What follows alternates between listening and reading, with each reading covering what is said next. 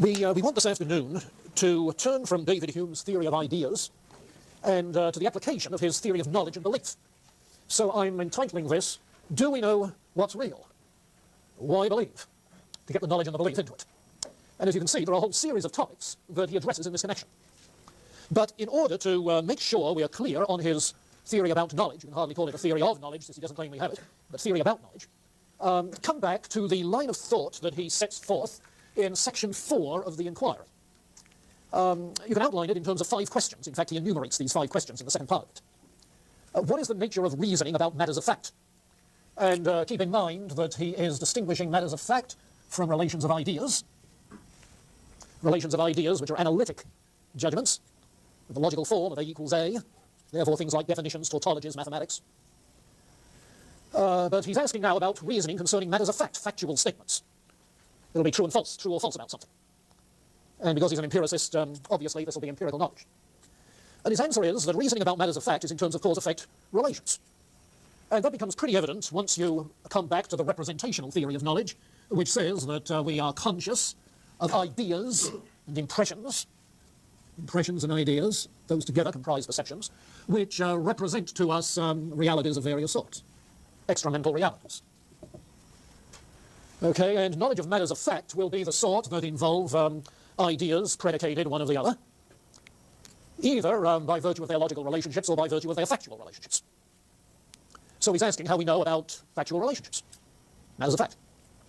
And his answer to that is that cause-effect relations are involved, because if we're going to know anything about things beyond present experience being the present content of the consciousness, present perceptions, if we're going to know anything beyond present experience, external realities, it must be by arguing from the experience as the effect to external things as the cause.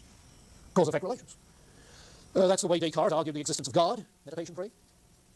That's the way John Locke argued not only the existence of God, but of material bodies, matter. That's the way Berkeley argued the existence of God, cause of passive ideas. You think? So how do we know matters of fact beyond present experience by cause-effect relations? All right, so the second question then, what's the foundation of reasoning about cause and effect? And for an empiricist, the answer has to be experience. And you begin to see what's going to be happening. Because in our experience, we do not have any immediate awareness of causal connections, of the force exerted by the cause in producing an effect. We're only aware of uniformities. There's an antecedent is followed by a consequent, with some sort of regularity, what he calls constant conjunctions. So two things can be associated in our thinking, in our experience, but we don't know of any causal connection between them. We only know the uniformity, the conjunction. So then we gain that from experience. But then you get a further rider. What's the foundation of reasoning from experience? Well, obviously, to reason beyond experience, its cause-effect, you've got a circular argument. And the outcome is skepticism about matters of fact beyond present experience. Perfectly simple. Grant him his representational theory of knowledge. Okay, that the immediate object of our awareness is just ideas, mental states. Grant him that. And it sounds like his skepticism follows. Which is why next week we'll be looking at Scottish realism, which rejects that theory of ideas. Rejects the representational view. And maintains we have a direct awareness of material bodies, of causal force, and so forth. But his skepticism follows very naturally. And the fourth question, accordingly, is how then do we acquire beliefs? Because it's obvious that we don't acquire beliefs by giving assent to a weight of positive evidence, as John Locke said. You proportion your beliefs to the evidence. But if there's no causal evidence as such, how do we acquire our beliefs? And his answer in simplest form is to say it's a psychological habit that's induced by repeated occurrences. We're so accustomed to, in the morning, getting light, that we say, sure, we can make predictions about getting light. And it'll be a little earlier tomorrow morning than it was this morning. I was rather delighted to observe last night. Once in a while I come out of other reflections and observe. And I was very delighted to observe that about 5:30 last night it was still almost light. We're getting there. You think we can make predictions. But this is more a psychological habit. We are so conditioned by the regularities of experience that we expect. You see? And that habit, that customary frame of mind, is what he calls belief. But that leads to a fifth question. If we come up with such beliefs, if they're not caused by something external, you see, but if it's just a psychological habit, well, are there other things that we come up with, imaginatively? Fictions that our minds fabricate. How do we know that these are not fictions? The things that we spontaneously come to believe. And his answer there goes back to the distinction he drew in relationship to the theory of ideas. That all ideas are brought into being as a result of impressions. And he maintains that the impression associated with a belief is very different from the impression associated with a fiction. You see? Belief itself is an impression. What I'm aware of when I say I believe is a forceful and steady impression. That's his way of putting it. Oh, he says sometimes forceful and vivacious. But particularly talking of belief, he says forceful and steady. It doesn't come and go. It's forceful and steady, persistent. And it's the force of the impression which distinguishes belief from how vivid for the moment may be your impression of my fairy giraffe with butterfly wings sitting on the sill in my eyes. You know, that doesn't have the force of your belief that I'm sitting on the seat in the eyes. That is to say, you can be realistic about the fairy giraffe carving that's there, but not about the reality of it being a fairy giraffe. So there's that distinction between belief and fiction that's important. You can think of this in terms of Plato's dividing line, if you like.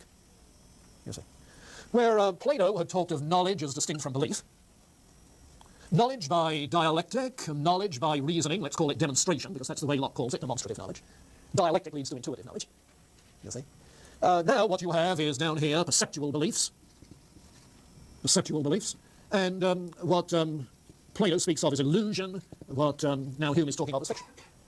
In effect, what Hume is telling us is that we have no intuitive knowledge of matters of fact. You see? We have no demonstrative knowledge of matters of fact, but only of logical relationships.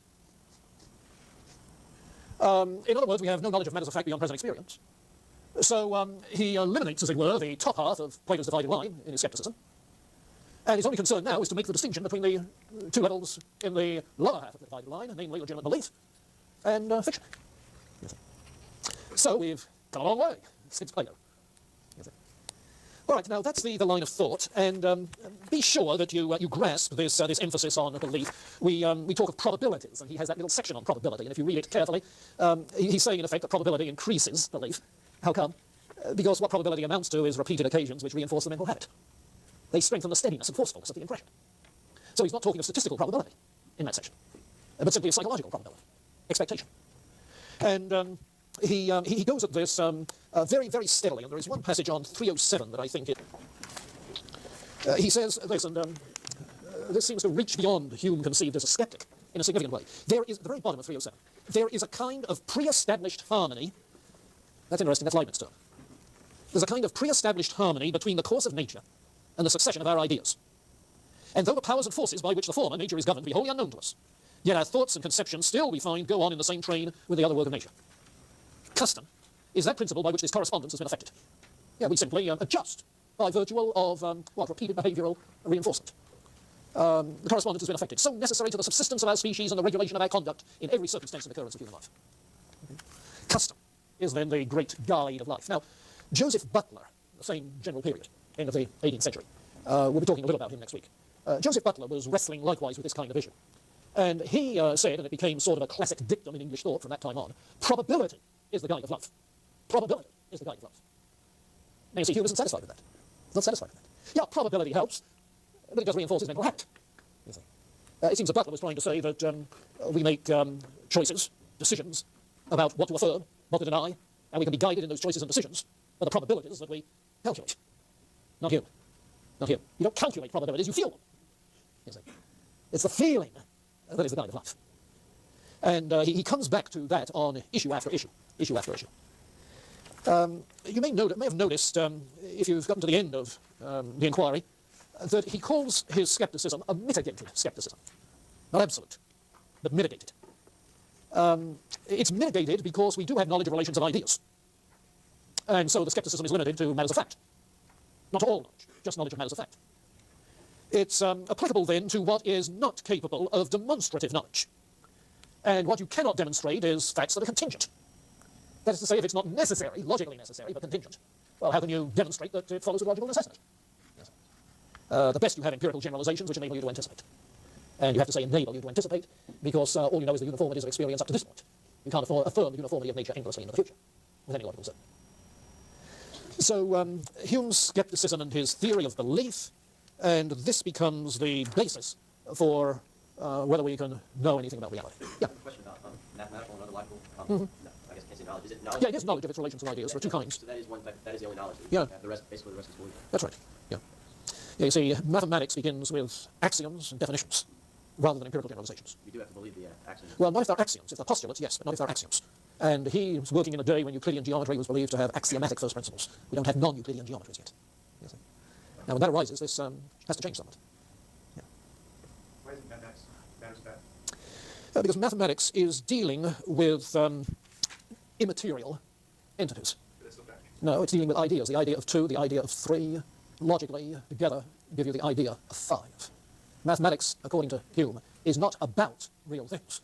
It's about the logical relationships between number concepts, geometrical concepps, so forth. Well, you say it's not real. You're saying it's unreal. No, you're saying that it has to do with ideas. You don't know whether the real world is like that, as a matter of fact. Well, ideas are part of the real world. Not in his sense of real, no. Okay, but that's real is distinct from. Real has to do with what has extra-mental reality. Okay. Yeah. Maybe I should add this footnote, that you begin to see that there are different views of the status of mathematics and of mathematical entities. You see, Hume is maintaining that mathematics is a purely logical discipline concerned only with logical form, logical relationships. Its entities are simply ideas, nothing more. He's a nominalist in the sense that our mathematical ideas, labeled with names, words, do not refer to abstract ideas in the conceptualist sense, nor to real universals in the Platonic sense, but just to collections of similar particulars, general ideas, that's all. When we get to Kant, we'll see that Kant thinks that mathematics has to do with a realm of abstract ideas. Kant is more the conceptualist. Yes, sir. And, of course, you're going to get those who are realists in mathematics as well. And when we get to Whitehead, we'll find that Whitehead is one of those. In other words, you find the 3 major theories about universals applied in the philosophy of mathematics. Realism, conceptualism, nominalism. And all 3 of them are represented in philosophy of mathematics today. Any math majors? Run into that a bit in foundations, I think. Foundations of math? Not yet. Okay. Okay, now let's turn our attention, shall we, to the discussion of what there is that we know. And the first case is that of material bodies, things in the external physical world. And this, like the belief in substance, is not something that can be proven. We don't have any cause-effect knowledge. It's something which is simply taken for granted. We assume it. It's a matter of belief. Now, Hume himself seems to believe in the existence of material substances, material bodies, simply because the experience is so steady, get that impression, forceful and steady, so consistent, coherent in our experience, that belief is readily elicited. Causal power, I probably don't need to say much more.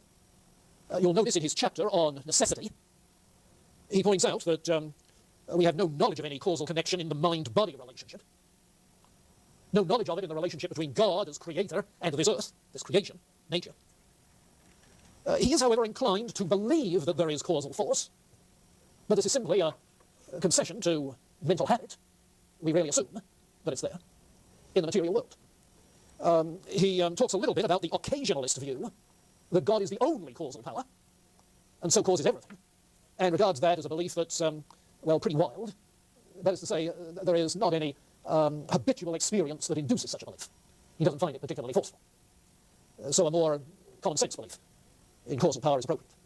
But inasmuch as he refuses to accept the reality of mind as substance, he doesn't have mental causation to talk about, mental causation, and so he is not too inclined to take positively the power of mind over body, even though we habitually talk that way. Liberty and necessity, free will, come into focus. And there are 2 lines of thought that he has here. One that comes through most clearly in the inquiry is the more simple. Necessary connections, causal necessity, we don't know. All we know is constant conjunction. So the person who is a necessitarian and says that all human choices and actions are causally determined, the necessitarian, is in reality only talking about constant conjunctions. That's all he can logically affirm.